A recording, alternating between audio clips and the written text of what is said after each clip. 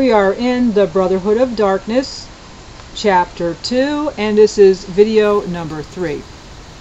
The Jewish Bankers. He was Lord and Master of the money market of the world, and of course virtually Lord and Master of everything else. Benjamin Disraeli.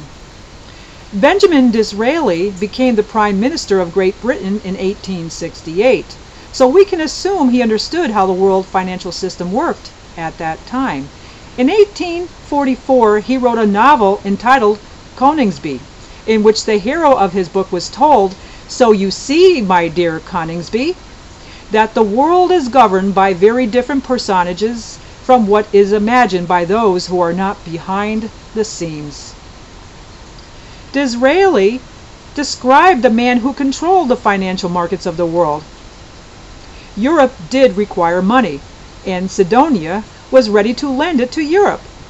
France wanted some, Austria more, Prussia a little, Russia a few millions. Sidonia could furnish them all. He was Lord and Master of the money market of the world, and of course virtually Lord and Master of everything else. Monarchs and ministers of all countries courted his advice and were guided by his suggestion. Although Sidonia was only a fictional character, Nathan Rothschild controlled the financial markets in Europe in 1844 when Disraeli wrote his novel, and in those days the monarchs and the ministers of Europe courted Nathan Rothschild's advice. The Rothschilds dominated French banking during most of the 19th century. In the 20th century, a number of Catholic and Protestant banks challenged their influence and eclipsed their power. Those who believe that Jewish banks are responsible for our problems cite Benjamin Disraeli's book and claim that he exposed the Jewish banking conspiracy. Then they point to the Rothschilds, Kuhn, Loeb and Company, the Warburgs, the Lazard Bank, Lehman Brothers, and Goldman Sachs to justify their contention that Jewish bankers control the world. Although their arguments are convincing, until recently several of the world's largest banks were owned by the Japanese, and according to Professor Quigley, during the early decades of the 20th century, the three largest banks in the United States were owned by the Rockefellers, the Morgans, and the Mellons. The fourth largest bank was Kuhn, Loeb and Company. But it never controlled our banking system. Our fifth largest bank is the Bank of America. It was founded by an Italian immigrant. We are indebted to Professor Quigley for his analysis of the history of international finance. He found that the European central banks existed long before the House of Rothschild, and that powerful Catholic and Protestant banking firms have shared the European financial market with them. According to Professor Quigley, Jewish banks played an important part in financing industrial development in Europe, but they never controlled the financial institutions of the world. Alan Greenspan, chairman of the Federal Reserve Bank, is Jewish, but Paul Volcker and William McChesney Martin, who preceded him in that position, weren't Jewish. Montague Norman controlled the Bank of England for 25 years, and he was a Gentile.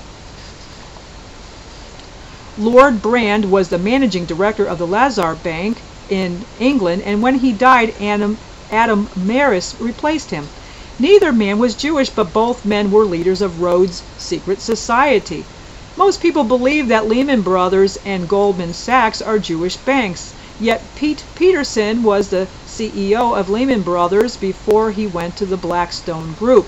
He is Greek, and he is the director of the Council on Foreign Relations. Dr. Dennis Cuddy discussed Goldman Sachs. The huge investment banking firm of Goldman Sachs has included dozens of Rhodes Scholars over the past half-century, but never as many as in the 1990s, when at any given moment at least half a dozen have been partners. As strange as it may seem, many Jewish banks are controlled by men who are not Jewish. Why did Benjamin Disraeli, who was Jewish, write a novel about a Jewish banking conspiracy? Why do some people believe that Jews are responsible for our problems? Because they have been deceived. The Brotherhood has disseminated false information in an effort to convince us that Jews are the source of our problem. Anti-Semitism is a smokescreen created to conceal the identity of our true enemy. The Council on Foreign Relations.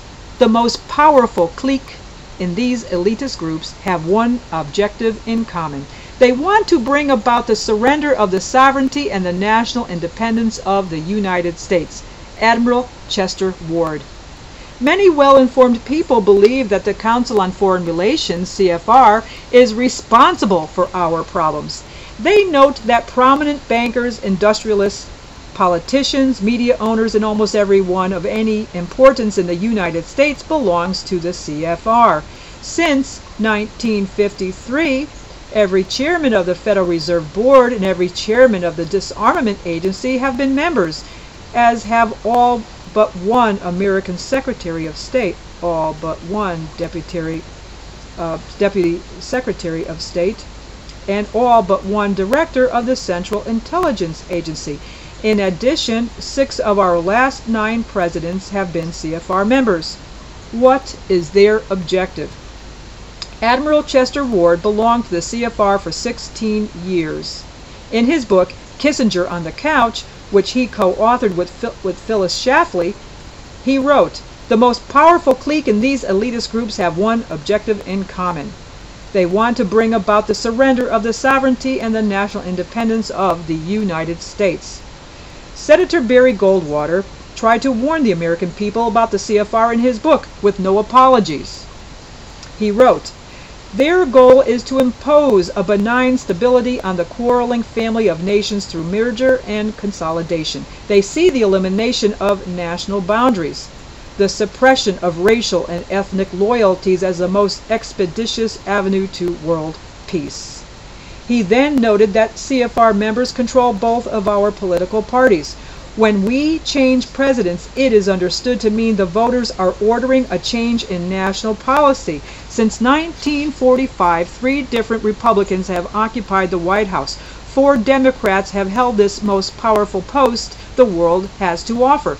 With the exception of the first 7 years of the Eisenhower administration, there has been no appreciable change in foreign or domestic policy direction.